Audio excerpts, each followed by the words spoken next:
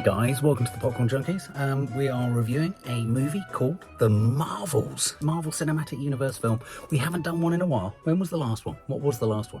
Was it Ant-Man, Quantumania? Our superhero films in crisis. Okay, right at the beginning here, if you haven't, do subscribe. We review every kind of film available. In the next couple of days, we're going to be reviewing Saltburn. We're going to be doing Dream Scenario with Nick Cage. Now, before I get going on this, what's your favourite Marvel film? Put your answer below. I want to know. Back in the day, it used to be you knew where you stood with your superheroes, you knew where they came from, they had an origin story. You might not have liked their outfit, and now it just feels like there are so many different kind of tiny little superheroes, not with big stories or big backstory, coming off the small screen, off Disney Plus, off series, and things like that. They're no longer super. They're sort of everyday heroes. I think what makes many of these superheroes really intriguing and attractive and watchable and compelling, and I think this is the superhero idea, is that they are like gods. They're like spectacular gods, you know, Batman, Superman, but they have their fallibilities and their weaknesses, so that even in strength and superpowers, there's vulnerabilities. There's some aspect of them that's human. So this is the Marvels. Now this is essentially, I suppose, a follow-up within the Marvel Cinematic Universe to Captain Marvel, which starred Brie Larson. I would be lying if I said it was one of my favourites. It wasn't. It was one of my least favourites until Eternals came along, and then that became my least favourite. I just think the films are getting more and more complicated in all the wrong areas. It's like a tessellated diagram or puzzle. I feel like there are so many bits to the Marvel Cinematic Universe that if you're not watching one part of it, you're going to miss out on a micro detail that means that you don't get the next bit, or you don't get what's going on in the next film or the next series or what have you. So we've got Loki going on at the moment. Didn't get into the first series of that. I tell you, one of my problems with all of this stuff coming out of Marvel at the moment is it feels like, and this is no disrespect to Doctor Who fans, it feels like, it doesn't even feel like, this is the problem, a sort of slightly posher version of Doctor Who. It's feeling like Doctor Who. The green screen is everywhere. The standing in front of things is everywhere. The special effects are, yeah, that's what you're going for in a superhero film. But in a weird way, I think I'm beginning to wonder whether I'd rather the complete immersion into animation in something like Spider-Man Across the Spider-Verse and all that kind of stuff, than necessarily this halfway house, where more and more ludicrously fantastical things are being parked around bodies that look less and less like they're in them. If they look like they were in them, I think it would be less of a problem. Anyway. These are my overarching issues with superhero films. I think we've hit the skids. I think we've hit the end of the road. I think we've hit something quite profound. And I think superhero films are in real trouble. So going into this review, I feel a little bit like a sort of sixth former about to beat up a 12-year-old. That's how I feel. Because I don't really feel this is fair. It's slightly spun off, as I say, from Captain Marvel. It's also spun off from Miss Marvel, the series that was on Disney Plus. I think Miss Marvel, I didn't watch one episode, saw the trailer. It seemed to be quite consciously appealing to a much younger demographic. And whilst I was sitting watching this film, and the reason I went to see this film late was because I genuinely wanted to escape any emotional thinking. I wanted to be transported into just the fantastical, total escapism, immersiveness, all that kind of stuff. I just wanted to be challenged by something complete that didn't make me think about something deep and meaningful. But this did make me think about something deep and meaningful. It made me think about the deep and meaningful end of a genre that has delivered many hours of enjoyment. So let's move through it. And there are some real problems with this, because this is a principally female-led cast, and that's not the problem with it. And yet, I think for many, it will be perceived as the problem with it. I actually think the three lead actresses in this, Brie Larson, Teyonah Parris, and Iman Vellani, the three of them, at its best, this film is a female buddy movie, which you don't get too often. It's a female buddy movie. I thought their camaraderie, I thought the chemistry, I thought their interaction was good. I thought they had the right amount of cheeky chat. I thought they were in command of scenes when they were together. They understood each other. It was really nice. So I thought that was really good. I was particularly enamored with Iman Vellani, who plays Kamala Khan. I think that's her name, Kamala Khan. And again, as I say, I don't know the intricacies and the wherefores and the origins and all that kind of stuff. But what I do know is, as I'm watching this film, I'm thinking, I know her. She's in that Disney Plus series. I know her, Brie Larson. She comes from Captain Marvel, and I kind of know her, Teyonah Parris. So yes, Carol Danvers, Captain Marvel. The first question I need to ask: I'm sorry, I've got to ask the question. Why the fuck are we doing Captain Marvel? Like, was anyone into Captain Marvel? Was she, he, it? Was they? Carol Danvers? Was she ever anything of any note? I don't know. I don't know if she was. I feel like Marvel have tried to force feed us a superhero here that we don't necessarily want. I mean, I think one of the interesting observations I've heard from some quarters is that maybe one of the problems with Captain Marvel, the original film, and her portrayal in this, and whether we as a viewer are kind of like particularly invested in her, is that we haven't seen her origin story. We haven't got to know where she's come from or what she's like. I mean, all we keep being told by Kevin Feige and everyone is she's the strongest superhero in the world, but I don't really care. There's some really sort of clumsy kind of exposition whereby Kamala Khan has an amulet, a baddie gets an amulet. The baddie is played by Zawe Ashton, and it's a quantum band. Where's the other quantum band? She wants control of all sorts of stuff, and it's that sort of stuff again. It's this real kind of, it's real kind of basic superhero stuff, this. And what we discover is that Kamala Khan has the other one. And so we get this, so we have a sort of triumvirate, we have a triad of sort of Marvel-esque, the Marvels, superheroes, who can all interact with each other. And when they engage in using their superpower, which seems to involve light and transforming light into various different things in different ways for each of them, that when they enact their superpower, they enter a portal, disappear, and reappear as one of the other three. So we had this kind of neat, funny little scene where they're all kind of practicing. It's that sort of like, let's do sort of basketball practice, and let's catch balls, and we'll do our powers, and we'll see if we can catch them, all this kind of stuff. So you've got that kind of thing. You've got Kamala Khan's kind of idolising Captain Marvel, and so she's kind of, oh, you're a star, and you're talking to me, and you recognise me.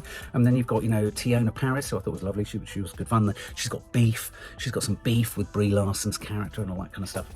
And then around all of this, they're involved in a quantum entanglement. This is like a Jada Pinkett Smith kind of nightmare writ large in superhero land. It's like a quantum entanglement. And we have all the classic stuff in this. There's a rip in the space-time continuum, which is always hexagonal. It's always arcing above you. There's always a tessellated piece of it missing. There's always stuff coming through it. And it always means that you can jump in time, space, and anything, anywhere, at any time. And I'm sick to the back fucking teeth of this stuff. Is anyone else? Is anyone else bored of quantum realms and quantum entanglements and multiverses and jumping through time and popping up in different places? So this film was absolutely stuffed to the gills with this kind of stuff. But that said, at the heart of it, as I say, there's quite a nice rapport between these three essential Marvels, these marvellous Marvels, these three superheroes. I enjoyed it most whenever we had sort of Kamala Khan or Miss Marvel's family around her, lots of kind of in-jokes, or not that in-jokes, but, cultural jokes about an Indian family and all that kind of stuff, which was, nice to see. Lots of kind of riffing between... I thought Brie Larson seemed very sort of... If I'm really honest, I don't think she looks particularly comfortable in a space suit or a superhero suit. I don't know if she's necessarily suited to this, to be honest with you. And so it's a curious character, Captain Marvel. I don't really see the point of her. I don't see what she's got to offer. I can't really work out what's her dark, twisted origin or deep-seated kind of issues. What's the darkness? Where's the darkness? So I enjoyed the Kamala Khan character. She was fun. She's sweet. I do think Iman Vellani is lovely. She's a lovely little actress. She was great fun. Zawe Ashton, she's a British actress. She played the villain. She was kind of all right. Again, it's that problem that she was quite English. So, it's very plummy, very sort of formal. And, she had a great big hammer. And she'd hammer in the morning, and then she'd hammer in the evening, and then she'd hammer all over this land. So you had. I tell you, one of the things I also noticed in this film, which was particularly frustrating, is Marvel have got a major problem with their supporting cast, extras. It's like a scene from a bad panto. They have lots of moments where, I don't know, something happens outside a window or in a vista or in the landscape or on a spaceship.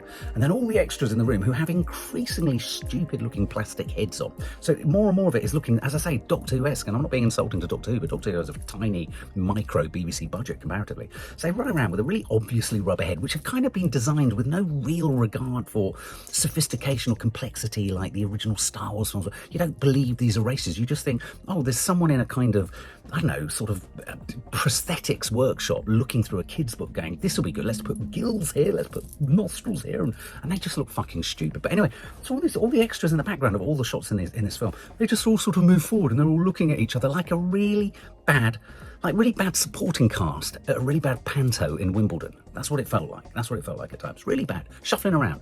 Bad extras direction. It was just awful. So you've got a lot of that going on. There were a couple of really, I think, standout moments that were possibly this film's sort of, best bits. And what were they? Well, one of the best bits I'm about to say is, in fact, one of the worst bits. They land in a planet, or on a planet, or in amongst a group of people, where Carol Danvers is this sort of princess heroine or hero, saviour. And they only speak through the medium of singing. And the whole film turned into, I literally thought I'd taken acid or eaten mushrooms, or that I had fully fused my cerebral cortex with whoever had created the new John Lewis Christmas advert, because none of it made any sense. They're all singing badly. They're all in song. I get right armpit when I'm really embarrassed. When I'm really embarrassed by something, I start to sweat copiously from my right armpit. I got massive right armpit. I mean, they were singing. This was just ghastly. It was like Mamma Mia. It was like Mamma Mia had hijacked a superhero film. And I was like, it wasn't even arched in the way that, say, I don't know, in Thor, they would have really run with it and taken the piss out of it. It was presented for what it was. So it was one note, and it was bad, and it was eggy, and it was awful. And the costumes were awful, and they were all bad extras, and they're all wandering around in a really shit way. Sort of all go, let's all wander over here. Let's all wander over here. Honestly, awful.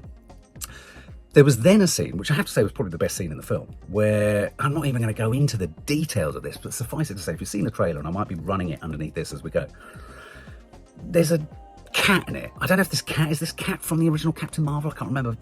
Again, a curious collision of two concepts. So this cat can fire an octopus-like set of tentacles out of its mouth and consume things, and also take things into its body. Why?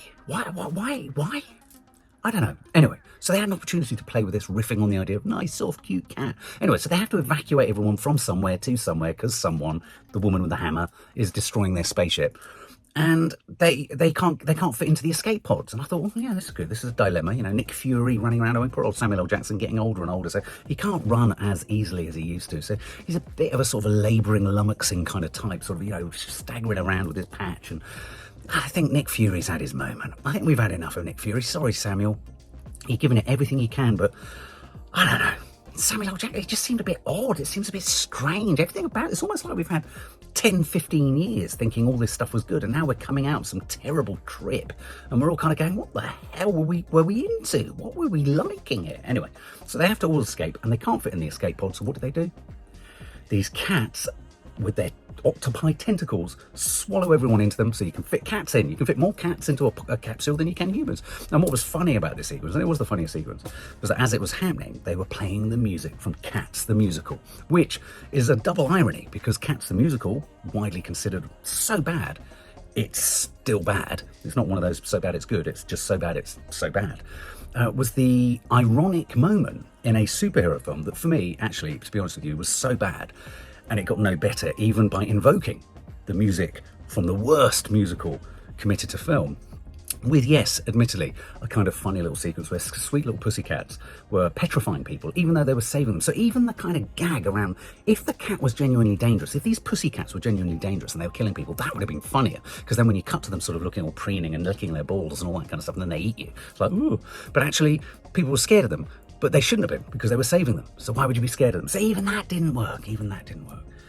And so the long and the short of it is, I still feel like a sixth former who's really sort of beaten up an 11-year-old, actually, because it wasn't good. It didn't hold together. It was weak. I was really disappointed because Nia DaCosta is the director of Candyman, the remake, the Candyman of 2021. And in fact, Teyonah Parris was the star of Candyman. She was in it. She was incredibly good in it. Candyman, if you haven't seen Candyman, it's absolutely sensational. It's brilliant.